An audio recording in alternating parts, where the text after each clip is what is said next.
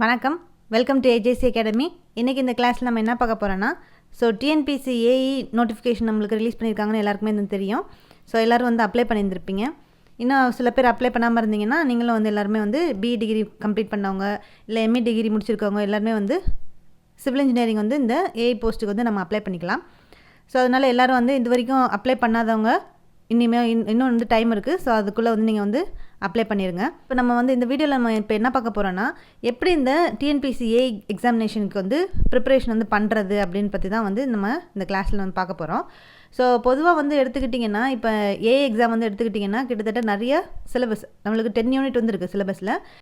ஒவ்வொரு யூனிட் எடுத்துக்கிட்டிங்கன்னா அதிலே 2 சப்ஜெக்ட் இருக்கும். சில யூனிட்டில் பார்த்திங்கன்னா 3 சப்ஜெக்ட் கூட ப்ரெசென்ட் ஆகிருக்கும். அந்த மாதிரி நிறையா வாஸ்டான சிலபஸ் கொண்டது தான் நம்மளோட TNPSC AE civil engineering syllabus. அதனால் அதை நம்ம ஈஸியாக எடுத்துக்க முடியாது. அந்த சிலபஸ் ரொம்ப ஈஸி அப்படின்னு சொல்லி அதுக்கு ப்ரிப்பரேஷன் டைம் ரொம்ப கொஞ்சம் எடுக்கும்.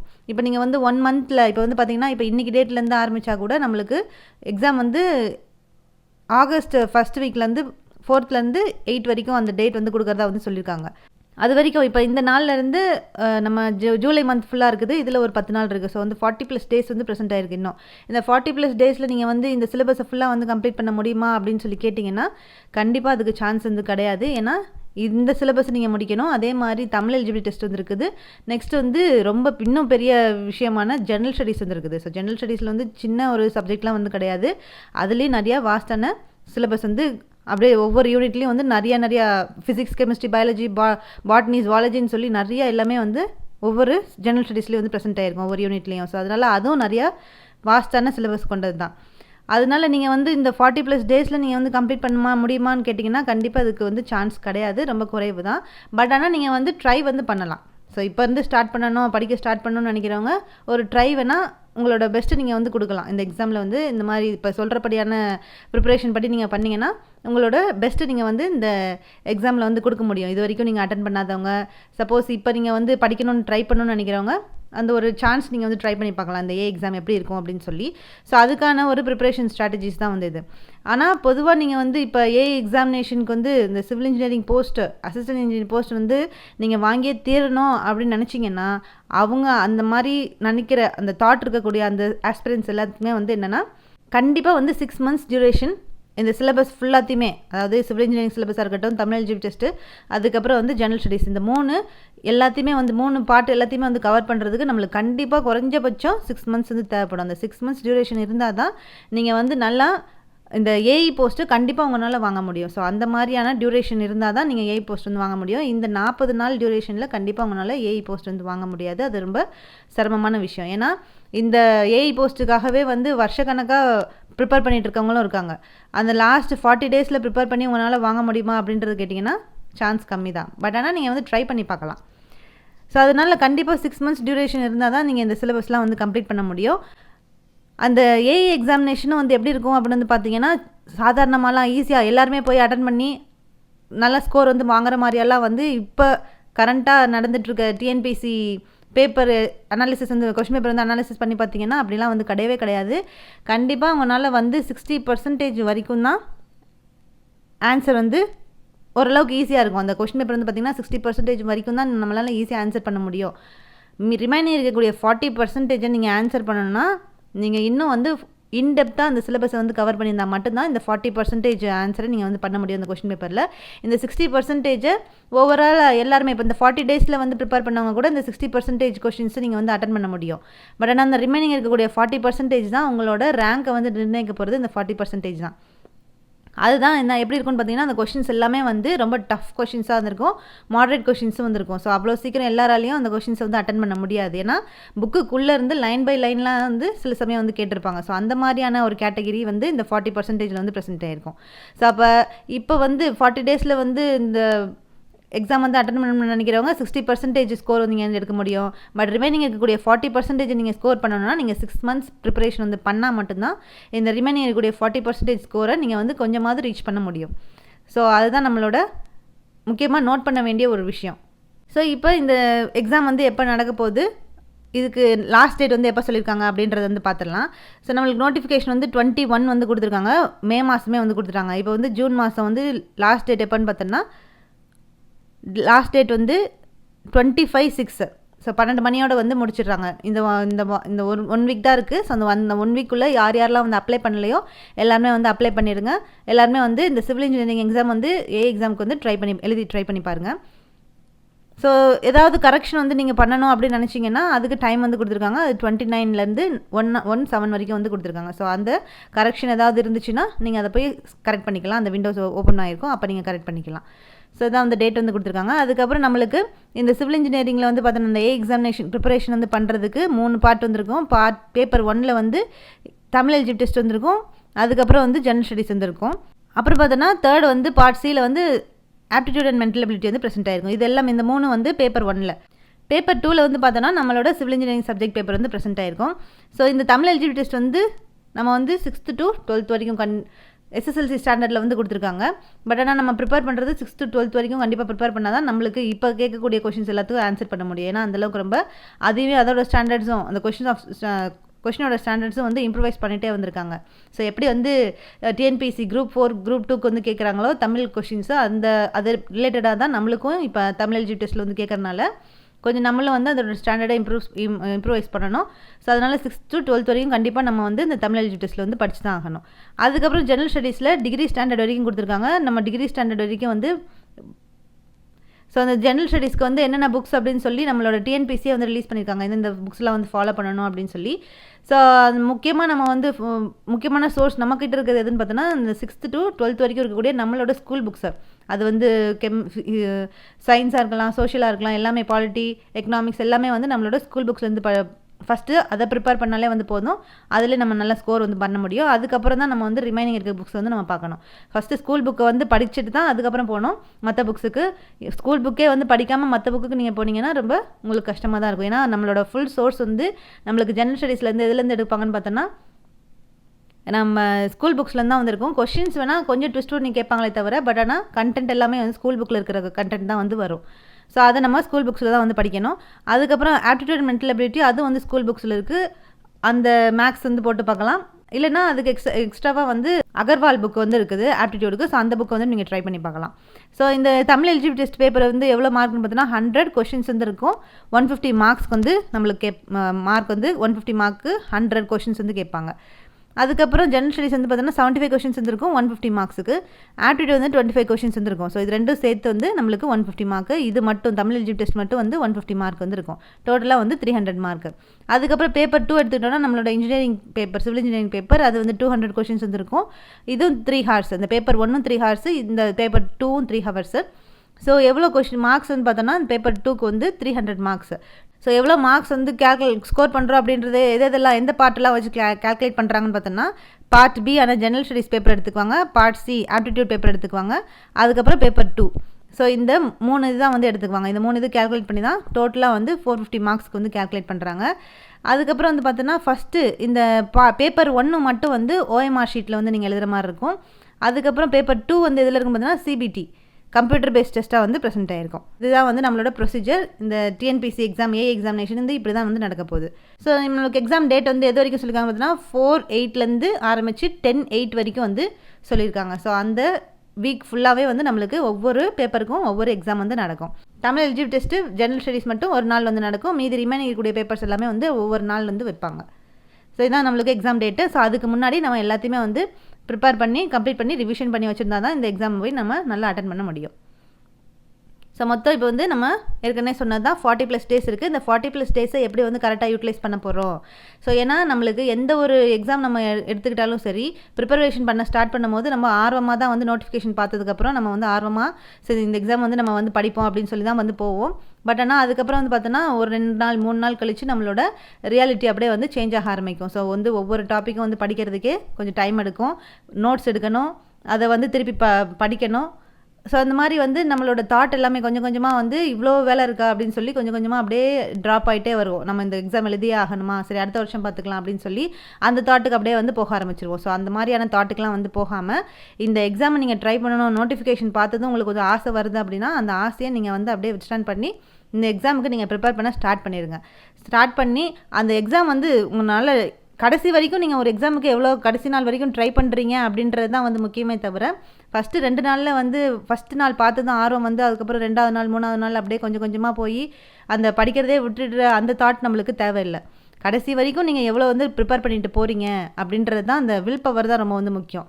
எதையுமே வந்து பாதியிலே விட்டுட்டு போகாமல் கடைசி வரைக்கும் எடுத்துகிட்டு போய் நம்ம எக்ஸாமில் போய் நம்ம வந்து எந்த அளவுக்கு அந்த கொஷினை பார்த்து நம்ம அட்டன் பண்ணுறோம். ஸோ அந்த ஒவ்வொரு கொஷினும் நம்மளுக்கு தெரியும் போது வரக்கூடிய சந்தோஷம் வந்து ரொம்ப அதிகமாக வந்திருக்கும். ஸோ அதனால் நீங்கள் இப்போ இந்தளவுக்கு இப்போ 40 நாளில் கூட எந்த அளவுக்கு நீங்கள் ப்ரிப்பேர் பண்ண முடியுமோ அதை நல்லபடியாக வந்து ப்ரிப்பேர் பண்ணி நீங்கள் கண்டிப்பாக அந்த எக்ஸாமை நீங்கள் அட்டன் பண்ண முடியும். ஸோ அதனால் தயக்கம் இல்லாமல் இப்போ இருந்து ஸ்டார்ட் பண்ணால் கூட உங்களால் மார்க் வந்து நீங்கள் வேலைக்கு போகிற அளவுக்கு மார்க் கிடைக்கலனாலும் ஒரு எக்ஸ்பீரியன்ஸ் உங்களுக்கு வந்து கிடைக்கும். இந்தளவுக்கு நம்ம வந்து ஒரு சாப்டர் இப்போ பில்டிங் மெட்டீரியல் அப்படின்னு சொல்லி ஒரு யூனிட் வந்து படிச்சிருக்கீங்கன்னா அந்த ஒரு யூனிட்டை ஃபுல்லாக வந்து படிச்சிருப்பீங்க. ஸோ அப்போ அதுலேருந்து எந்த கொஸ்டின் கேட்டாலும் உங்களால் ஆன்சர் பண்ண முடியும். ஸோ அந்த மாதிரியான ஒரு நம்பிக்கை வந்து வரும். அப்போ இந்த எக்ஸாமில் நம்ம வந்து ஒரு யூனிட் வந்து முடிச்சிட்டோம். ஸோ அப்போ அடுத்த எக்ஸாமுக்கு நம்ம அடுத்த யூனிட்டை நம்ம கம்ப்ளீட் பண்ணி அடுத்த எக்ஸாமுக்கு ப்ரிப்பேர் பண்ணுறதுக்கு யூட்டிலைஸ் பண்ணிகிட்டே வந்து போகலாம். ஸோ அதனால் எதுக்கும் வந்து படிக்கிறது என்றைக்குமே வந்து வீண் போகாது. அதனால் படிக்கிறத என்றைக்கும் விடவும் விடாதீங்க. முயற்சி பண்ணிகிட்டே வந்துடுங்க. கண்டிப்பாக ஒரு நாள் உங்களுக்கு உங்களோட முயற்சி உங்கள் உழைப்பும் உங்களுக்கு கை கொடுக்கும். ஸோ அதை தான் நம்ம இப்போ எப்படி இந்த ப்ரிப்பரேஷன் வந்து பண்ணுறது அப்படின்ற பற்றி தான் இப்போ வந்து பார்க்க போகிறோம். ஸோ நம்மளுக்கு சிலபஸ் எல்லாமே வந்து பார்த்துருப்பீங்க. இந்த கோடு வந்து பார்த்தோன்னா 398 அதான் நம்மளோட சிவில் இன்ஜினியரிங் கோடு.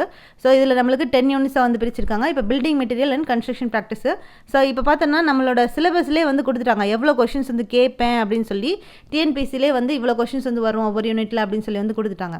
இப்போ building material and construction practice எடுத்துக்கிட்டிங்கன்னா அங்கே வந்து 20 கொஷின்ஸ் வந்து கேட்போம் அப்படின்னு சொல்லியிருக்காங்க. என்ன தான் வந்து இத்தனை கொஷின் சொல்லி அவங்களே அலோகேட் பண்ணியிருந்தாலும் அதில் முன்ன பின்ன இருக்கலாம். சில சமயம் வந்து பில்டிங் மெட்டீரியலில் 20க்கு மேலே கேட்கறதுக்கு சான்சஸ் இருக்குது, இல்லைனா வந்து 20 கம்மியாக கேட்கறதுக்கும் சான்சஸ் இருக்குது. அதெல்லாமே வந்து அவங்களோட முடிவு தான். ஆனால் 20 கொஷின்ஸ் கண்டிப்பாக எதிர்பார்க்கலாம் அப்படின்றது அவங்க நிர்ணயிக்கப்பட்ட ஒரு லிமிட் வந்து வச்சுருக்காங்க இந்த பில்டிங் மெட்டீரியல் கன்ஸ்ட்ரக்ஷன் ப்ராக்டிஸ்க்கு. அதுக்கப்புறம் 2வது யூனிட்டான இன்ஜினியரிங் சர்வேல வந்து பார்த்தீங்கன்னா 15 கொஷின்ஸ் வந்து கேட்குறதா வந்து சொல்லியிருக்காங்க. அடுத்து 3வது யூனிட்டான engineering mechanics and strength of material இதில் பார்த்தோன்னா 20 கொஷின்ஸ் வந்து வரும். ஸோ 20 கொஷின்ஸ் வந்து இதுலேருந்து கண்டிப்பாக எதிர்பார்க்கலாம் அப்படின்னு சொல்லியிருக்காங்க. ஸ்ட்ரக்சரல் அனாலிசிஸில் மட்டும் வந்து 20 கொஷின்ஸ் வந்து எதிர்பார்க்கலாம். நெக்ஸ்ட்டு ஜியோடெக்னிக்கல் இன்ஜினியரிங் அதில் வந்து பார்த்தோன்னா சாயில் மெக்கானிக்ஸும் இருக்கும், ஃபவுண்டேஷன் இன்ஜினியரிங்கும் இருக்கும். இது ரெண்டும் சேர்த்து நம்மளுக்கு 25 கொஷின்ஸ் வந்து கேட்குறாங்க. அடுத்து என்வரான்மெண்டல் இன்ஜினியரிங்கில் வந்து பார்த்தோன்னா 2 இருக்குது. வாட்டர் சப்ளை இன்ஜினியரிங்கும் வேஸ்ட் வாட்டர் இன்ஜினியரிங்கும் வந்துருக்கு. ஸோ அது ரெண்டுத்தையும் சேர்த்து நம்மளுக்கு வந்து அதுக்கப்புறம் அதில் ஏர் பொல்யூஷன், நாய்ஸ் பொல்யூஷன் எல்லாமே வந்து சாலிட் வேஸ்ட் மேனேஜ்மெண்ட் இது எல்லாத்தையும் சேர்த்து நம்மளுக்கு 15 கொஷின்ஸ் வந்து கேட்குறதா வந்து சொல்லியிருக்காங்க யூனிட் 6 என்வரான்மெண்டல் இன்ஜினியரிங்கில். அதுக்கடுத்து unit 7 RCC, prestressed concrete, steel structure இந்த 3 சப்ஜெக்டையும் சேர்த்து நம்மளுக்கு 30 கொஷின்ஸ் வந்து எதிர்பார்க்கலான்னு சொல்லியிருக்காங்க. அடுத்து யூனிட் 8 வந்து எடுத்துக்கிட்டோன்னா அது வந்து hydraulics. So fluid mechanics and hydraulics, அதுக்கப்புறம் வாட்டர் ரிசோர்ஸஸ் இன்ஜினியரிங். அதாவது இதில் என்னென்ன வரும்னு பார்த்தோன்னா ஹைட்ராலஜி வரும், அதுக்கப்புறம் வந்து இரிகேஷன் இன்ஜினியரிங் வரும், ஃப்ளூயிட் மெக்கானிக்ஸ் வரும், ஹைட்ராலிக்ஸ் வரும். இந்த 4 சப்ஜெக்ட் வந்து இந்த யூனிட் 8 வந்து ப்ரெசென்ட் ஆயிருக்கும். ஸோ அப்போ மொத்தம் இதில் வந்து எத்தனை கொஷின்ஸ் கேட்குறதா சொல்லியிருக்காங்கன்னா 20 கொஷின்ஸ் வந்து கேட்குறதா வந்து சொல்லியிருக்காங்க. அடுத்து இப்போ யூனிட் 9 வந்து எடுத்துக்கிட்டோம்னா அர்பன் அண்ட் டிரான்ஸ்போர்ட்டேஷன் இன்ஜினியரிங். இந்த அர்பன் அண்ட் டிரான்ஸ்போர்ட்டேஷன் இன்ஜினியரிங்கில் பார்த்தோம்னா இதிலே வந்து கிட்டத்தட்ட எத்தனை சப்ஜெக்ட்ஸ் வந்து இருக்குன்னு பார்த்தோன்னா ஃபஸ்ட்டு ஹைவே இன்ஜினியரிங் இருக்குது, அதுக்கப்புறம் ரயில்வேஸ் இருக்குது, நெக்ஸ்ட்டு வந்து dock and harbour and ports இருக்குது, ஏர்போர்ட் வந்து ப்ரெசென்ட் ஆகிருக்கு. ஸோ இந்த 4 சப்ஜெக்ட்டு வந்து இந்த unit 9 urban and transportation engineering அதோடு சேர்த்து டிராஃபிக் இன்ஜினியரிங்கும் வந்திருக்கும். ஸோ அதையும் நம்ம வந்து படிக்கணும். அப்போ மொத்தம் வந்து பார்த்தோன்னா இதில் வந்து 5 சப்ஜெக்ட் வந்து கவர் ஆகிருக்கு. மொத்தம் வந்து 20 கொஷின்ஸ் இதில் வந்து கேட்குறதா வந்து சொல்லியிருக்காங்க. நெக்ஸ்ட் 10th யூனிட் வந்து என்னென்னு பார்த்தோன்னா ப்ராஜெக்ட் மேனேஜ்மெண்ட் எஸ்டிமேஷன். இதில் வந்து பார்த்தோன்னா சிபிஎம் இருக்கும், சிபிஎம் பெட்டு வந்து இருக்குது அந்த சப்ஜெக்ட்டு, அதுக்கப்புறம் எஸ்டிமேஷன் வந்து இருக்குது, அப்புறம் வந்து கன்ஸ்ட்ரக்ஷன் மேனேஜ்மெண்ட் வந்து இருக்குது. இந்த 3 சப்ஜெக்ட் வந்து நம்மளுக்கு இந்த 10th யூனிட்டில் வந்து ப்ரெசென்ட் ஆகிருக்கும். ஸோ அதில் மொத்தம் வந்து பார்த்தோன்னா 15 கொஷின்ஸ் வந்து கேட்குறதா சொல்லியிருக்காங்க. ஸோ அதிகப்படியான கொஷின்ஸ் வந்து எதுலேருந்து வருதுன்னு பார்த்தோன்னா இந்த ஆர்சிசிலையும் அதே மாதிரி ஜியோடெக்னிக்கல் இன்ஜினியரிங்லேருந்து தான் வந்து அதிகமான கொஷின்ஸ் வந்துருது. அதுக்கப்புறம் ரிமைனிங் எல்லாமே வந்து 20, 15 அப்படின்னு சொல்லி வந்து பிரிச்சிருக்காங்க. ஸோ இந்த மாதிரி ஒவ்வொரு நம்மளோட சிவில் இன்ஜினியரிங் சப்ஜெக்ட்டில் இந்த மாதிரி 10 யூனிட்ஸுக்கும் இவ்வளோ கொஷின்ஸ் வந்து கேட்கப்படும் அப்படின்னு சொல்லி அவங்களே வந்து கொடுத்துட்டாங்க. அது பேஸ் பண்ணி நம்ம வந்து ப்ரிப்பரேஷன் வந்து ஸ்டார்ட் பண்ணுறதுக்கு ரொம்ப ஈஸியாக வந்துருக்கும். எதுக்கு ப்ரிஃபரன்ஸ் வந்து ஃபஸ்ட்டு கொடுக்கணும், எதுக்கு ப்ரிஃபரன்ஸ் அதுக்கப்புறம் கொடுக்கணும் அப்படின்னு சொல்லி இந்த மார்க்ஸ் கொடுத்தது வச்சது மூலமாக நம்மளுக்கு அந்த ப்ரிஃபரன்ஸ் லிமிட்டை ரேஞ்சை வந்து ஃபிக்ஸ் பண்ணிட்டாங்க டிஎன்பிசியில். ஸோ அது மூலமாக நம்ம வந்து எதுக்கு முன்னுரிமை கொடுத்து படிக்கணுன்றது நம்மளுக்கே இப்போ பார்க்கும் போதே வந்து புரிஞ்சிருக்கும். இப்போ நம்ம ஃபஸ்ட்டு இப்போ building material and construction practice வந்து எடுத்துக்க போகிறோம். அந்த பில்டிங் மெட்டீரியல் அண்ட் கன்ஸ்ட்ரக்ஷன் ப்ராக்டிஸில் இந்த சிலபஸை எப்படி நம்ம கவர் பண்ண போகிறோம். ஸோ அந்த சிலபஸ் பார்த்தோன்னா கிட்டத்தட்ட 2 இருக்குது. ஸோ இந்த சிலபஸில் வந்து பார்த்தோன்னா அந்த யூனிட் 1 பில்டிங் மெட்டீரியல் கன்ஸ்ட்ரக்ஷன் ப்ராக்டிஸில் 2 வந்து இருக்குது. ஒன்று பில்டிங் மெட்டீரியல் டாபிக்ஸ் இருக்குது, அதே மாதிரி கன்ஸ்ட்ரக்ஷன் ப்ராக்டிஸ் டாபிக் வந்துருக்கு. ஸோ அப்போ 2 சப்ஜெக்ட்டும் இந்த யூனிட் 1 வந்துருக்கு. அப்போ இந்த 2 சப்ஜெக்ட்டும் எப்படி படிக்கிறது, ஃபஸ்ட்டு எதை படிக்கணும், அதுக்கு எது ப்ரிஃபரன்ஸ் வந்து அதிகமாக கொடுக்கணும், அதே மாதிரி எதுக்கு வந்து கம்மியான ப்ரிஃபரன்ஸ் வந்து கொடுக்கணும், எதுலேருந்து அதிகமான கொஷின்ஸ் நம்மளுக்கு வந்து கேட்குறாங்க, இப்படின்றதெல்லாம் தெரிஞ்சால் தான் நம்ம வந்து இந்த டாபிக் இந்த ஃபஸ்ட் யூனிட்டை நம்ம வந்து முடிக்க முடியும். அப்போ இந்த ஃபஸ்ட் யூனிட்டை எப்படி படிக்கிறது அப்படின்றத பற்றி தான் இப்போ நம்ம வந்து பார்க்க போகிறோம். இதுக்கு என்ன புக்ஸ் வந்து ஃபாலோ பண்ணணும், நம்ம கொஸ்டின் பேப்பர் அனாலிசிஸ் பண்ணதுக்கப்புறம் எப்படிலாம் நம்மளுக்கு வந்து அந்த டாப்பிக்லாம் முன்னுரிமை கொடுக்கணும் அப்படின்றது தான் இப்போ நம்ம ஃபுல்லாக கவர் பண்ண போகிறோம். ஸோ அது என்ன அப்படின்றத வந்து பார்க்கலாம். ஸோ பில்டிங் மெட்டீரியல்ஸை இப்போ நம்ம ஃபஸ்ட்டு நம்மளோட டிஎன்பிசி ஏஇயில் ஃபஸ்ட் யூனிட்டான பில்டிங் மெட்டீரியல் வந்து எடுத்துக்க போகிறோம். அந்த பில்டிங் மெட்டீரியல் வந்து எப்படி ப்ரிப்பேர் பண்ணுறது, அதுக்கப்புறம் எப்படி அதை படிக்கிறது, எந்த சோர்ஸ் வச்சு நம்ம வந்து படிக்கிறது, என்ன புக்ஸ் எல்லாம் அதுக்கு வந்து தேவை, இதை பற்றி தான் இப்போ நம்ம ஃபுல்லாக பார்க்க போகிறோம். ஸோ அது என்னென்ன அப்படின்றது பார்க்கலாம். இப்போ அதை வந்து எப்படி இந்த டாபிக்ஸ் தான் வந்து படிக்கணும் அப்படின்றத நம்ம எது மூலமாக தெரிஞ்சுக்கிட்டோம் அப்படின்னு பார்த்தோம்னா நம்மளோட கொஸ்டின் பேப்பர் மூலமாக தான். ஸோ ப்ரீவியஸ் இயரில் கேட்ட நம்மளோட சிவில் இன்ஜினியரிங் ஏஇ கொஸ்டின் பேப்பரை வச்சு தான் எந்த டாபிக்ஸுக்கெல்லாம் ஃபஸ்ட்டு முன்னுரிமை கொடுக்கணும் அப்படின்றத இந்த கொஸ்டின் பேப்பர் அனாலிசிஸ் மூலமாக தான் வந்து தெரிஞ்சுக்கிட்டது. ஸோ அது என்னென்ன அப்படின்றத பார்க்கலாம். ஃபஸ்ட்டு இந்த பில்டிங் மெட்டீரியலில் என்னென்ன டாபிக், எத்தனை டாபிக்ஸ் வந்து இருக்குது, நம்பர் ஆஃப் டாபிக்ஸ் வந்து இருக்குது அப்படின்றத வந்து ஃபஸ்ட்டு தெரிஞ்சுக்கலாம். இப்போ எத்தனை நம்பர் ஆஃப் டாபிக்ஸ் இருக்குன்னு பார்த்தீங்கன்னா ஃபஸ்ட் இந்த பிரிக் இருக்குது, ஸ்டோன்ஸ், ராக்ஸ் அண்ட் ஸ்டோன்ஸு, அதுக்கப்புறம் M sand, aggregates, cement, timber, glass fibre reinforced polymer, அதுக்கப்புறம் plastic fibre reinforced polymer, next ceramics, காங்கிரீட்டில் வந்து அதே மாதிரி செல்ஃப் காம்பேக்டிங் காங்கிரீட் அது சேர்ந்து வரும், mix design, admixture, steel, stone masonry, brick masonry, RCC masonry, block masonry, அதுக்கப்புறம் construction equipment, building bylaws, fire safety, lighting, ventilation, acoustics, இதெல்லாம் இல்லாமல் இன்னும் சில மிஸ்லேனியஸ் டாபிக்ஸும் வந்து நம்மளோட ஏஇலேருந்து கேட்பாங்க. ஸோ அது வந்து அண்டர் பென்னிங் டாப்பிக்லேருந்து வரலாம், ஸ்கஃபோல்டிங்லேருந்து வரலாம், ஃபார்ம் ஒர்க்ஸ்லேருந்து வரலாம், ஆர்ச்சஸ்லேருந்து வரலாம், ரூஃப்ஸ்லேருந்து வரலாம். ஸோ இந்த மாதிரி மற்ற மிஸ்லேனியஸ் டாபிக்ஸும் நம்மளோட கொஷின்ஸில் நிறையா கேட்டுகிட்டே தான் வந்துருப்பாங்க, இன்னும் கேட்க தான் வந்து போடுறாங்க. ஸோ அதனால் அந்த மிஸ்லேனியஸ் டாபிக் பக்கம் நம்ம வந்து போக தேவையில்லை, நம்மளுக்கு முக்கியமான டாபிக் மட்டும் கவர் பண்ணுவோம். ஸோ இப்போ மொத்தம் பார்த்தோன்னா இந்த 24 டாபிக்ஸ் வந்து நம்மளோட சிலபஸில் கொடுத்துருக்காங்க. ஸோ இந்த சிலபஸில் கொடுத்துருக்கக்கூடிய இந்த டாபிக்ஸை தான் இப்போ நம்ம ஃபுல்லாக வந்து பார்த்துருக்கோம். இப்போ இந்த 24 டாபிக்ஸை நீங்கள் வந்து இப்போ இந்த டயத்தில் நீங்கள் படிக்க முடியுமானா கண்டிப்பாக வந்து ஒரு 40 நாள் கூட உங்களால் முடிக்க முடியாது. இந்த 24 டாப்பிக்கை படிக்கிறதுக்கே உங்களால் 40 நாள் கூட, அதிலே 40 நாள் கூட பத்தாது, அதுக்கு தாண்டி தான் வந்து போகும். ஸோ இப்போ நீங்கள் முழுசாக கான்சென்ட்ரேட் பண்ண வேண்டிய டாபிக்ஸ் வந்து எது அப்படின்றது தான் இப்போ நம்ம வந்து பார்க்க போகிறோம். இந்த 24 டாப்பிக்கையும் நீங்கள் வந்து சிலபஸை ஃபுல்லாக வந்து கம்ப்ளீட் பண்ணிட்டு இருந்தீங்கன்னா உங்களுக்கு டைம் ரொம்ப போயிட்டே தான் வந்திருக்கும். ஸோ அப்போ இதுக்கு ஃபஸ்ட்டு முன்னுரிமை கொடுக்கக்கூடிய டாபிக்ஸ்லாம் வந்து எது அப்படின்றத வந்து பார்த்தோம்னா ஃபஸ்ட்டு கான்சென்ட்ரேட் பண்ணக்கூடிய டாபிக்ஸ் வந்து ஃபஸ்ட்டு எடுத்துக்கிட்டோன்னா பிரிக்ஸு. ஸோ இந்த பிரிக்ஸு தான் வந்து ஃபஸ்ட்டு நீங்கள் வந்து படிக்கணும். அதுக்கப்புறம் stones, aggregates, cement, concrete, admixture, stone masonry, brick masonry, block masonry, construction equipment, building bylaws, ventilation, acoustics, timber, ceramics, இந்த 15 டாபிக்ஸ் வந்து இருக்கும். இந்த 24 டாபிக்ஸ் நம்மளுக்கு இருக்குது. அந்த 24 டாபிக்ஸை இப்போ நீங்கள் படிக்க முடியாது. அந்த ரிமைனிங் இருக்குது, அதிலேருந்து மெயினாக நம்மளை கொஷின் பேப்பர் வந்து பார்த்தது படி கொஷின் பேப்பரில் எப்படிலாம் வந்து கொஷின்ஸ் எதுக்கு அதிகமாக கேட்டிருக்காங்க அப்படின்றத பார்த்ததுக்கப்புறம் இந்த கான்சன்ட்ரேட் பண்ணக்கூடிய டாபிக்ஸை நம்ம வந்து எடுத்துகிட்டு வந்திருக்கோம். ஸோ அப்போ முக்கியமாக இந்த 15 டாப்பிக்கை நீங்கள் படித்து தான் ஆகணும். இதுக்கும் நீங்கள் குறைவாக நீங்கள் படிக்கவே முடியாது. ஸோ இந்த டாபிக்ஸை நீங்கள் கவர் பண்ணால் தான் உங்களால் கண்டிப்பாக 15 அபோவ் கொஷின்ஸை நீங்கள் வந்து உங்களால் கண்டிப்பாக வாங்க முடியும். ஸோ அப்போ அந்த 15 டாபிக்ஸ் வந்து என்னென்ன அப்படின்றது இப்போ உங்களுக்கு புரிஞ்சிருக்கும். ஸோ அப்போ 15 டாபிக்ஸை மஸ்ட்டு இது நீங்கள் கண்டிப்பாக ப்ரிப்பேர் பண்ணணும். ஸோ அப்போ அந்த 15 டாபிக்ஸில் வந்து எல்லாமே படிக்கணுமா அப்படின்னு கேட்டிங்கன்னா கண்டிப்பாக அதில் இருக்கக்கூடிய பிரிக்ஸ்ன்னு எடுத்துக்கிட்டிங்கன்னா அந்த பிரிக்ஸில் வந்து ஜென்ரலாக வந்து சில இன்ட்ரொடக்ஷன் இருக்கும், அதுக்கப்புறம் மேனுஃபேக்சரிங் எல்லாமே வந்துருக்கும். அது எல்லாத்தையுமே நீங்கள் படித்து தான் வந்து ஆகணும். ஒவ்வொரு டாப்பிக்லேயும் ஒவ்வொரு ஃபுல் ஓவரால் டாபிக்ஸு அதுக்குள்ளே இருக்கக்கூடிய சப்ஹெட்டிங்ஸ் எல்லாத்தையும் நீங்கள் ப்ரிப்பேர் பண்ணி தான் ஆகணும். பட் இருந்தாலும் எதுக்கு அதிகமான முன்னுரிமை வந்து கொடுக்கணும், அதிகமான இம்பார்ட்டன்ஸ் வந்து எந்த டாபிக் வந்து கொடுக்கணும் அப்படின்றதையும் நம்ம இப்போ வந்து பார்க்க போகிறோம். அப்போ இந்த 15 டாபிக்ஸில் படிக்கணும். அந்த 15 டாபிக்ஸ்லேயும் எதுக்கு அதிகமான இம்பார்ட்டன்ஸ், எதுலேருந்து அதிகமாக கொஷின்ஸ் வந்து ரிப்பீட்டடாக கேட்டே வந்திருக்காங்க அப்படின்றத தான் இப்போ நம்ம வந்து பார்க்க போகிறோம். அப்போ ஃபஸ்ட்டு நம்ம பிரிக்ஸ் வந்து எடுத்துக்கிறோம். அப்போ பிரிக்ஸ் வந்து எடுத்துக்கிட்டோன்னா இப்போ வந்து ஜென்ரலான சில இன்ட்ரடக்ஷன் டாப்பிக்லேருந்து நம்மளுக்கு கொஷின் வந்து கேட்குறாங்க பிரிக்ஸில். அதே மாதிரி பிரிக்ஸோட காம்போசிஷன் பற்றி வந்து கேட்பாங்க. அதுக்கப்புறம் பிரிக்ஸோட டிஃபெக்ட்ஸ்லேருந்து கொஷின் வந்து கேட்குறாங்க. நெக்ஸ்ட்டு மேனுஃபேக்சரிங், பிரிக்ஸோட மேனுஃபேக்சரிங் ப்ராசஸ் வந்து என்ன அப்படின்ற அதுலேருந்து கொஷின் வந்து கேட்பாங்க. ஸோ அப்போ முக்கியமாக நீங்கள் இது மட்டும் படித்தா போதுமா அப்படின்னு சொல்லி கேட்டிங்கன்னா நான் அப்படி சொல்ல மாட்டேன். ஸோ 24 டாபிக்ஸ்லேருந்து 15 டாபிக்ஸ் நம்ம வந்து வந்தாச்சு. அப்போ 15 டாபிக்ஸும் நீங்கள் கண்டிப்பாக ஒரு சப்ஹெட்டிங் கூட விடாமல் வந்து நீங்கள் படித்தா தான் கண்டிப்பாக உங்களால் நல்ல மார்க்ஸ் வந்து ஸ்கோர் பண்ண முடியும் இந்த கன்ஸ்ட்ரக்ஷன் மெட்டீரியலில். அப்போ நீங்கள் வந்து இந்த இது எதுக்காக நம்ம தனியாக டீட்டெயிலாக வந்து கொடுத்துருக்கோம் அப்படின்னு பார்த்தீங்கன்னா, இன்னும் அதிகமான ப்ரிஃபரன்ஸ் இதுக்கு நீங்கள் வந்து ஹைலைட் பண்ணி படிக்கணும் அப்படின்றதுக்காக தான்.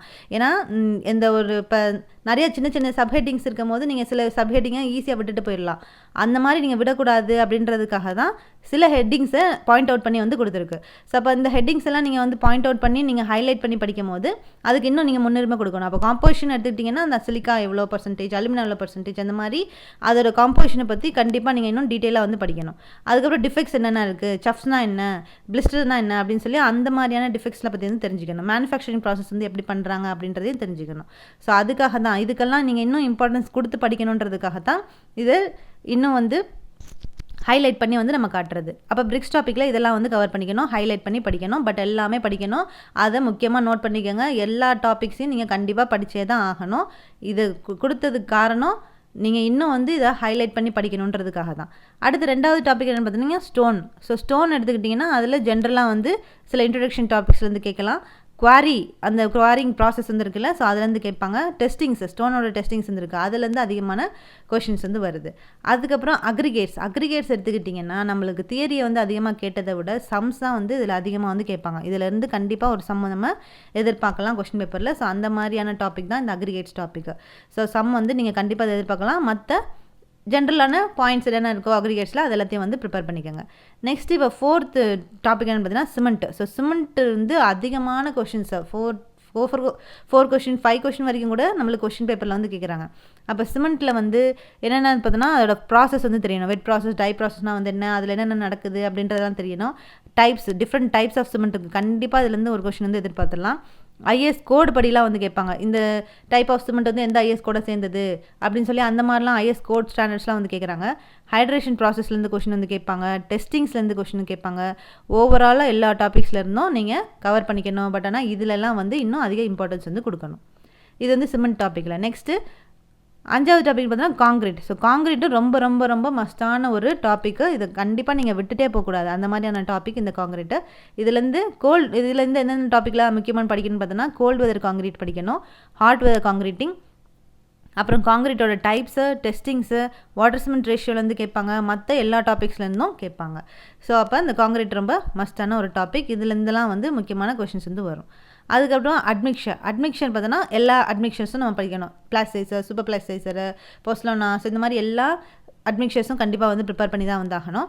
அதுக்கடுத்து 7th டாபிக் பார்த்தோன்னா ஸ்டோன் மேசன்ட்ரியில் அதிகமாக ரிப்பீட்டடாக எதுலேருந்து கொஷின்ஸ் வந்து கேட்டிருக்காங்கன்னா டெஃபினிஷன்ஸ்லேருந்து கண்டிப்பாக ஒரு கொஷின் எதிர்பார்க்கலாம், டைப்ஸ்லேருந்து எதிர்பார்க்கலாம், ஜாயின்ட்ஸ்லேருந்து எதிர்பார்க்கலாம், மற்ற ரிமைனிங் இருக்கக்கூடிய டாபிக்ஸ்லேருந்து எதிர்பார்க்கலாம். ஸோ அதான் வந்து இந்த ஸ்டோன் மேசன்ட்ரியில். நெக்ஸ்ட் பிரிக் மேசன்ட்ரிலையும் டெஃபினிஷன்ஸ் கண்டிப்பாக வந்து படிக்கணும். அதோட டைப்ஸும் கண்டிப்பாக வந்து ஒரு கொஷின் வந்து எதிர்பார்த்துடலாம் பிரிக் மேசன்ட்ரிலேருந்து. அதுக்கப்புறம் ரிமைனிங் இருக்கக்கூடிய இன்ட்ரடக்ஷன் பார்ட்ஸ்லேருந்துலாம் நீங்கள் கண்டிப்பாக என்னென்ன அப்படின்றத தெரிஞ்சுக்கணும். நெக்ஸ்ட்டு பிளாக் மேசன்ட்ரினா வந்து என்ன அப்படின்றது அதுவும் தெரிஞ்சுக்கணும். அதுலேருந்து இப்போ அதிகமாக ரிப்பீட்டடாக கொஷின்ஸ் வந்து கேட்டே வந்திருக்காங்க. ஸோ அந்த டாப்பிக்கும் நீங்கள் ப்ரிப்பேர் பண்ணிக்கணும். நெக்ஸ்ட்டு கன்ஸ்ட்ரக்ஷன் எக்யூப்மெண்ட் அந்த டாப்பிக்கும் நீங்கள் வந்து ஃபுல்லாக படிக்கணும். என்னென்ன எக்யூப்மெண்ட்ஸ்லாம் வந்து யூஸ் பண்ணுறோம், எக்ஸ்கவேஷனுக்கு என்னது, அதுக்கப்புறம் வந்து டிரான்ஸ்போர்ட் பண்ணி எடுத்துகிட்டு போகிறதுக்கு என்னது, இந்த மாதிரியான எக்யூப்மெண்ட்ஸ் எல்லாத்தையுமே நம்ம வந்து படிச்சுக்கணும். அதுக்கப்புறம் பில்டிங் பைலாஸ்னு வந்து பார்த்தோன்னா அது எப்படின்னா ஓவரால் டாபிக் ஃபுல்லாக வந்து படிக்கணும். இயர்ஸ் வந்து இந்த பில்டிங் பைலாஸ் எந்த இயரில் வந்துச்சு, அதுக்கப்புறம் வந்து நம்மளுக்கு ஹவுசிங் போர்டெலாம் வந்து எந்த இயரில் வந்துச்சு அப்படின்னு சொல்லி இந்த மாதிரி ஒவ்வொரு டிபார்ட்மெண்ட்ஸ்லாம் எந்த இயரில் வந்துச்சுன்னு சொல்லி வந்து கேட்பாங்க. அதுக்கப்புறம் ஸ்டாண்டர்ட்ஸ்லாம் வந்து கேட்பாங்க. ஐஎஸ் ஸ்டாண்டர்ட் வந்து என்ன, இதுக்கு வந்து ஐஎஸ் கோட் படி எவ்வளோ லென்த் வந்துருக்கணும், ஸ்டார் கேஸ் எவ்வளோ ஹைட்டில் வந்துருக்கணும். ஸோ அந்த மாதிரிலாம் வந்து கொஷின்ஸ் வந்து இந்த பில்டிங் பைலாஸில் வந்து கேட்பாங்க. நெக்ஸ்ட்டு வென்டிலேஷன் டாப்பிக்கும் வந்து ரொம்ப முக்கியம். அது எதுலேருந்து வேணால் கேட்பாங்க. ஸோ அது எல்லா டாப்பிக்கும் நம்ம கவர் பண்ணி தான் ஆகணும். அதுக்கடுத்து அக்கஸ்டிக்ஸில் வந்து எடுத்துக்கிட்டோம்னா ரிவர்பரேஷன்லேருந்து கண்டிப்பாக ஒரு கொஷின் வந்து எதிர்பார்த்துடலாம். எக்கோலேருந்து கேட்கலாம். Sabin formula. ஸோ இந்த சாபின் ஃபார்முலாலேருந்து கண்டிப்பாக அந்த ஃபார்முலா கேட்காம எந்த கொஷினும் வந்து இல்லை. ஸோ அதனால் அந்த டாப்பிக்லேருந்து பார்க்கணும். அதே மாதிரி அக்கஸ்டிக்லேருந்து மற்ற ரிமைனிங் டாபிக்ஸ்லேருந்தும் படிச்சுக்கணும். நெக்ஸ்ட்டு டிம்பரில் நீங்கள் வந்து பார்த்தோன்னா நிறைய வளவளன்னு நிறையா வந்து கொடுத்துருப்பாங்க. ஸோ எல்லாம் வந்து படிக்க முடியலனாலும் அதுலேருந்து எதை வந்து படிச்சுக்கலாம்னா டிஃபெக்ட்ஸு. ஸோ டிஃப்ரெண்ட் டைப்ஸ் வந்து இருக்கும். நிறைய டைப்ஸ் ஆஃப் டிஃபெக்ட்ஸில் வந்து ப்ரெசென்ட் ஆகிருக்கும். அதில் அந்த டிஃபெக்ட்ஸை மட்டும் நீங்கள் வந்து படிச்சுக்கோங்க. மற்ற ரிமைனிங் இருக்க டாபிக்ஸை வந்து கொஞ்சம் ஓவராலாக வந்து பார்த்துக்கோங்க. இது வந்து டிம்பரில். அதுக்கு அடுத்து செராமிக்ஸில் வந்து பார்த்திங்கன்னா அது வந்து டைல்ஸும் கம்பைன் ஆகிருக்கும். அதில் முக்கியமாக டைல்ஸ் வந்து கேட்பாங்க, கிளேசிங் வந்து எப்படி பண்ணுவாங்கன்னு சொல்லி கேட்பாங்க. ரிமைனிங் இருக்கக்கூடிய அந்த எர்த்தன் வேறு, ஸ்டோன் வேறு, அதெல்லாம் என்ன அப்படின்றதையும் வந்து படிச்சுக்கணும். ஸோ இதான் வந்து செராமிக்ஸில். ஸோ இப்போ பார்த்த 15 டாபிக்ஸு, அந்த 15 டாபிக்ஸு கீழே முக்கியமாக நீங்கள் படிக்க வேண்டிய டாபிக்ஸ் எல்லாமே வந்து இப்போ ஃபுல்லாக வந்து பார்த்தாச்சு. அப்போ ஓவராலாக இப்போ வந்து உங்களுக்கு ஒரு ஐடியா வந்து கிடச்சிருக்கும். ஸோ இப்போ பில்டிங் மெட்டீரியலில் எப்படி வந்து படிக்கணும், எதுக்கு மெயினான இம்பார்ட்டன்ஸ் வந்து எந்த டாபிக்ஸ்க்கெலாம் வந்து கொடுக்கணும் அப்படின்னு சொல்லி இப்போ ஓவராலாக ஒரு ஐடியா கிடச்சிருக்கும். அதே மாதிரி அந்த டாபிக்ஸுக்குள்ளே எதெல்லாம் நம்ம மெயின் கான்சன்ட்ரேஷன் வந்து பண்ணணும் அப்படின்ற ஐடியா வந்து இப்போ ஓவராலாக உங்களுக்கு கிடச்சிருக்கும். ஸோ இப்போ பில்டிங் மெட்டீரியல்னால் இப்படி வந்து படிக்கணும் அப்படின்றது தான் முக்கியம். இந்த டைம் வந்து நீங்கள் இப்போ ஒரு டாபிக் எடுத்துக்கிட்டிங்கன்னா அதிலே நிறைய டைம் வந்து போகத்தான் செய்யும். ஏன்னா நீங்கள் நோட்ஸ் எடுக்கணும், அந்த புக்கை வச்சு தான் நீங்கள் வந்து சில பேர் வந்து மெட்டீரியல் வச்சுருக்கலாம், சில பேர் வந்து டெக்ஸ்ட் புக் வச்சு ஃபாலோ பண்ணலாம். ஸோ அதனால் டெக்ஸ்ட் புக் வச்சுருக்கவங்க நோட்ஸ் வந்து நீங்கள் ப்ரிப்பேர் பண்ணி தான் வந்து ஆகணும். ஸோ அதனால் அது கொஞ்சம் டைம் எடுக்க தான் செய்யும். பரவாயில்ல, நீங்கள் எடுக்கிற நோட்ஸ் வந்து நீங்கள் கரெக்டாக எடுத்திங்கன்னா கண்டிப்பாக அதுக்கு உங்களுக்கு வந்து ஹெல்ப்ஃபுல்லாக இருந்திருக்கும். ஸோ அதனால் நோட்ஸ் எடுத்து படிக்கிறது தான் நல்லது. ஸோ அப்போ இந்த 15 டாபிக்ஸ் என்ன அப்படின்னு சொல்லி வந்து இப்போ உங்களுக்கு புரிஞ்சிருக்கும். இப்போ இந்த 15 டாபிக்ஸுக்கும் படிக்கிறதுக்கு சோர்ஸ் வந்து என்ன, எதில் வந்து படிக்கிறது, எந்த புக்கை வந்து ஃபாலோ பண்ணுறது அப்படின்ற டவுட் வந்து எல்லாருக்குமே வந்துருக்கும். ஸோ அப்போ என்ன புக்ஸை வந்து ஃபாலோ பண்ணணும் அப்படின்னு பார்த்தோன்னா, பில்டிங் மெட்டீரியலுக்கு தனி புக்ஸ் வந்துருக்கு, அதே மாதிரி கன்ஸ்ட்ரக்ஷன் ப்ராக்டிஸ்க்கு தனி புக் வந்துருக்கு. ஸோ அப்போ என்ன புக்ஸ் வந்து ஃபாலோ பண்ணலாம் அப்படின்னு நான் சொல்வேன் அப்படின்னு பார்த்தீங்கன்னா, கோச்சிங் கிளாஸ் போகிறவங்களுக்கு பிரச்சனை இல்லை, அவங்க வந்து ஸ்டடி மெட்டீரியல் வந்து வச்சுருப்பீங்க. யூடியூப்லேருந்து நீங்கள் வந்து புக் மெட்டீரியல் வாங்கி கூட வந்து படிக்கலாம். ஸோ அவங்களாம் நீங்கள் வந்து அவங்க ப்ரிப்பரேஷன் எப்படி பண்ணுறீங்களோ அதே மாதிரி பண்ணிக்கோங்க. இது வந்து யாருன்னா எதுவுமே தெரியாமல் இனிமேல் தான் ஃபுல்லாக வந்து ஸ்டார்ட் பண்ண போகிறாங்க அப்படின்னா அப்போ இந்த புக்ஸ் வந்து நீங்கள் ஃபாலோ பண்ணிக்கிட்டா உங்களுக்கு யூஸ்ஃபுல்லாக வந்திருக்கும். ஸோ இப்போ பில்டிங் மெட்டீரியலுக்கு எடுத்துக்கிட்டிங்கன்னா first building material S K Duggal. So அந்த புக்கு வந்து எல்லா ஓவராலாக இப்போ நம்ம பார்க்கக்கூடிய எல்லா டாபிக்ஸும் அந்த புக்கில் வந்து இருக்கும். ஸோ பில்டிங் மெட்டீரியலுக்கு நல்ல ஒரு புக் வந்து இந்த புக்கு. அதுக்கப்புறம் இன்ஜினியரிங் மெட்டீரியல் ரங்வாலா. ஸோ 2வது புக் வந்து இந்த பில்டிங் மெட்டீரியல் எது படிக்கலாம்னா ரங்வாலா புக்கும் நல்லாயிருக்கும். ஸோ இந்த 2 புக்கு வந்து ஃபாலோ பண்ணலாம். இதை தாண்டி 3வது புக் வந்து இருக்குது, அதுதான் concrete technology Shetty book. So இந்த புக்கு நீங்கள் எப்போ ஃபாலோ பண்ணலாம் அப்படின்னு நினச்சிங்கன்னா, இன்னும் வந்து நீங்கள் நல்லா அதாவது நம்மளுக்கு 40% வந்து சில கொஷின்ஸ் வந்து கேட்பாங்க, டஃப்பான கொஷின்ஸ்லாம் வந்துருக்கும்ல, அது எல்லாமே வந்து இந்த புக்கிலேருந்து தான் வந்து கேட்பாங்க. ஏன்னா இதில் வந்து இன்னும் டீட்டெயிலாக வந்து இருக்கிறனால, இன்டெப்த்தாக இருக்கிறனால இதுலேருந்து நிறையா கொஷின்ஸ் நம்மளுக்கு வந்து கேட்பாங்க. ஸோ அதனால் இன்னும் இன்டெப்த்தாக நீங்கள் வந்து மார்க்ஸ் வந்து ஸ்கோர் பண்ணணும், நல்ல மார்க் வந்து இன்னும் ஹைலைட்டாக வந்து வாங்கணும்னு நினச்சிங்கன்னா அதுக்கு நீங்கள் இந்த book concrete technology Shetty book வந்து ஃபாலோ பண்ணிக்கலாம். மற்ற ரிமைனிங் இருக்கக்கூடிய இந்த 2 புக்கையும் நீங்கள் வந்து பில்டிங் மெட்டீரியலுக்கு வந்து ப்ரிப்பேர் பண்ணுறதுக்கு ரொம்ப யூஸ்ஃபுல்லாக வந்துருக்கும். 2 புக்கை ஃபாலோ பண்ணாலே போதும், நீங்கள் நல்ல மார்க்ஸ் வந்து எடுத்துக்கலாம். இன்னும் நீங்கள் வந்து அதிகமான மார்க்ஸ் வந்து ஸ்கோர் பண்ணணும் இந்த கான்கிரீட் டெக்னாலஜி, ஸோ அந்த பில்டிங் மெட்டீரியல் நினச்சிங்கன்னா இந்த புக்கை வந்து ஃபாலோ பண்ணிக்கோங்க. இது வந்து இந்த கான்கிரீட் டெக்னாலஜி புக் வந்து ஃபாலோ பண்ணுறது உங்களோட விருப்பம் தான், அது வந்து கம்பல்ஷன் வந்து கிடையாது. பட் ஆனால் இந்த 2 புக்கும் வந்து கம்பல்சரியாக நீங்கள் அதை ப்ரிப்பேர் பண்ணி தான் வந்து ஆகணும். இது வந்து பில்டிங் மெட்டீரியல் புக்ஸ். அதுக்கடுத்து கன்ஸ்ட்ரக்ஷன் ப்ராக்டிஸுக்கு எந்த புக் வந்து ஃபாலோ பண்ணனா, நான் ஒரே ஒரு புக் தான் வந்து சொல்வேன், பில்டிங் கன்ஸ்ட்ரக்ஷன் புண்ணியா புக்கு. ஸோ அந்த புக்கில் இந்த டாபிக்ஸ் எல்லா டாப்பிக்குமே வந்து கவர் ஆகும். அந்த புக்கை நீங்கள் மட்டும் ஃபாலோ பண்ணாலே போதும். அதில் இல்லாத பாயிண்ட்ஸ்னு எதுவுமே வந்து கிடையாது, எல்லாமே பாயிண்ட்ஸும் அதில் இருந்திருக்கு. ஸோ அதனால் அந்த புக்கை நீங்கள் படித்தாலே வந்து போதும். பில்டிங் ப்ராக்டிஸுக்கு இந்த ஒரு புக் வந்து புண்ணியா புக் வந்து போதும். ஸோ இதுதான் இந்த புக்ஸ் தான். இந்த புக்ஸை நீங்கள் வந்து பில்டிங் மெட்டீரியல் அண்ட் கன்ஸ்ட்ரக்ஷன் ப்ராக்டிஸுக்கு ஃபாலோ பண்ணிக்கிட்டீங்கனாலே நீங்கள் நல்லா வந்து உங்களால் மார்க்ஸ் வந்து ஸ்கோர் பண்ண முடியும். நல்ல ப்ரிப்பரேஷனும் நீங்கள் வந்து பண்ணிக்க முடியும், நோட்ஸும் நல்லா வந்து இந்த புக்ஸ் மூலமாக எடுத்துக்க முடியும். ஸோ இந்த புக்ஸை நீங்கள் எப்படி வந்து டவுன்லோட் பண்ணணும், ஸோ புக்ஸ் வந்து இருக்கிறவங்களுக்கு பிரச்சனை இல்லை, இல்லாதவங்க வந்து நெட்டில் நீங்கள் வந்து எடுத்துக்கலாம். ஸோ இந்த building material, building construction B C Punmia PDF free டவுன்லோட்னு போட்டிங்கன்னா அதுவே வந்து காட்டும். ஸோ அதுலேருந்து நீங்கள் டவுன்லோட் பண்ணிக்கலாம். அதே மாதிரி ஒவ்வொரு புக்கோட நேம் வந்து போட்டு நீங்கள் வந்து டவுன்லோட் பண்ணிக்கலாம். PDF ஃப்ரீ டவுன்லோட்னு கொடுத்தீங்கன்னா டவுன்லோட் ஆகிடும். ஸோ அதுலேருந்து நீங்கள் வந்து ப்ரிப்பரேஷன் வந்து பண்ணிக்கலாம். ஸோ அதே மாதிரி பில்டிங் பைலாஸ் பார்த்தீங்கன்னா இந்த எல்லா புக்லேயுமே எந்த புக்லேயுமே வந்து இருக்காது. இப்போ சொன்ன இந்த 4 புக்லேயுமே பில்டிங் பைலாஸ் வந்து இருக்காது. பட் ஆனால் பில்டிங் பைலாஸ் நீங்கள் வந்து நெட்லேருந்து பார்த்து எடுத்துக்கலாம். ஸோ பில்டிங் பைலாஸ் வந்து பார்த்தோன்னா நம்மளுக்கு அதுக்குன்னு தனியாக வந்து ஒரு புக்கே ஓப்பன் ஆகும். ஸோ அந்த புக்கிலேருந்து நம்மளுக்கு தேவையான பாயிண்ட்ஸை நீங்கள் மட்டும் நோட்ஸ் எடுத்து வச்சு ப்ரிப்பேர் பண்ணி படிச்சுக்கிட்டா வந்து போதும். இதுக்கு இந்த புக்ஸ்லலாம் வந்து பில்டிங் பைலாஸ் வந்து இருக்காது. அதே மாதிரி இந்தியன் பைலாஸ் வந்து இருக்குது. அதே மாதிரி தமிழ்நாடு பைலாஸ் வந்து இருக்குது. 2 புக்ஸையும் நீங்கள் வந்து அந்த நெட்டில் போய் நீங்கள் வந்து டைப் பண்ணிங்கன்னா தமிழ்நாடுக்கு உரிய பைலாஸ் என்ன அப்படின்னு சொல்லி டைப் பண்ணிங்கன்னா அது வந்து ஒரு PDF வந்து காட்டும். ஸோ அதை வந்து நீங்கள் வந்து நோட்ஸ் எடுத்துக்கலாம். அதே மாதிரி இந்தியாவுக்குரிய பைலாஸ் வந்து டைப் பண்ணிங்கன்னா அது ஒரு PDF வந்து காட்டும், அதுலேருந்து நீங்கள் நோட்ஸ் வந்து எடுத்துக்கலாம். ஸோ பைலாஸ் எல்லாமே இந்த நெட்டில் தான் எடுக்கணும். நீங்கள் வந்து புக்கில் வந்து அதை கம்மியாக தான் வந்து கொடுத்துருப்பாங்க புக்கில். ஸோ இதான் வந்து பில்டிங் மெட்டீரியல் அண்ட் கன்ஸ்ட்ரக்ஷன் ப்ராக்டிஸை ப்ரிப்பேர் பண்ணக்கூடிய முக்கியமான ஸ்ட்ராட்டஜிஸ். ஸோ இந்த மாதிரி நீங்கள் ஃபாலோ பண்ணிட்டீங்கன்னா கண்டிப்பாக உங்களால் இந்த டாபிக்ஸ் எல்லாத்தையும் கவர் பண்ண முடியும். ஸோ அப்போ இன்னைக்கு கிளாஸில் நம்ம வந்து இந்த டிஎன்பிசிஏ ப்ரிப்பரேஷனில் இந்த building material and construction practice வந்து எப்படி படிக்கிறது அப்படின்னு சொல்லி தான் வந்து ஃபுல்லாக அந்த ஸ்ட்ராட்டஜிஸ் ஃபுல்லாக வந்து பார்த்துருக்கோம். ஸோ நெக்ஸ்ட் கிளாஸில் நம்ம அடுத்த சப்ஜெக்ட்டுக்கு, ஸோ அதாவது யூனிட் 2 இன்ஜினியரிங் சர்வே வந்து எப்படி படிக்கிறது அப்படின்றத நெக்ஸ்ட் கிளாஸில் வந்து பார்க்கலாம். தேங்க்யூ.